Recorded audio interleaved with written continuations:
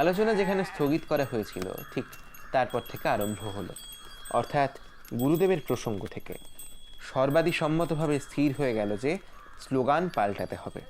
স্বামী সহস্রানন্দকে লক্ষ্য করে এগোতে হবে অতি সতর্কতার সঙ্গে। ভোটার চরণদাসকে হতে হবে গুরু চরণদাস। এইবার স্নানাহারের জন্য উঠতে হয়।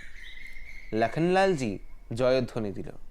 বলো একবার, গুরু চরণ দাস জি কি জয়। সব আউলরা আউট হয়ে যাবে।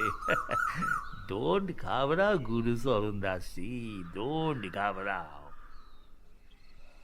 বিকেলের দিকে এমএলএ সাহেব লখনলাল আর বচকন মাহাতো ফল মূল প্যাড়া সন্দেশের ভেট নিয়ে খালি গায়ে খালি পায়ে গিয়ে হাজির জগৎগুরু শ্রী সহস্রানন্দের আশ্রমে।